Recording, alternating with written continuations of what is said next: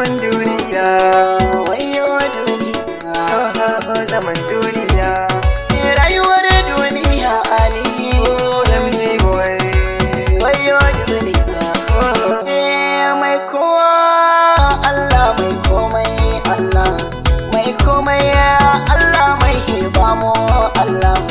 Ga ale zaki da auta a gare kaya Allah, waka sana'a shi man karke a gari ya gallalla.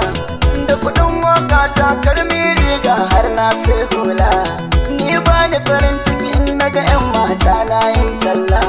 Shi kyawun datti da ka kwashe to sai ka zuwa bola.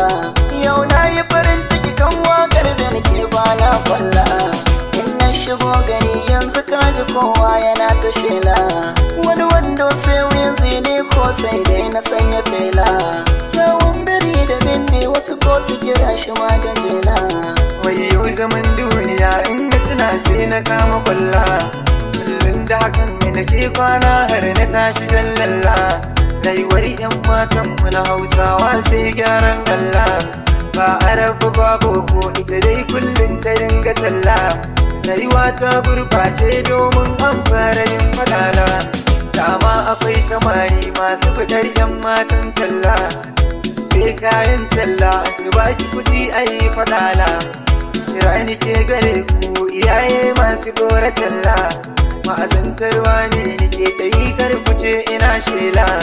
Jama'a ku dinga duba rayuwa ta zamsila haula.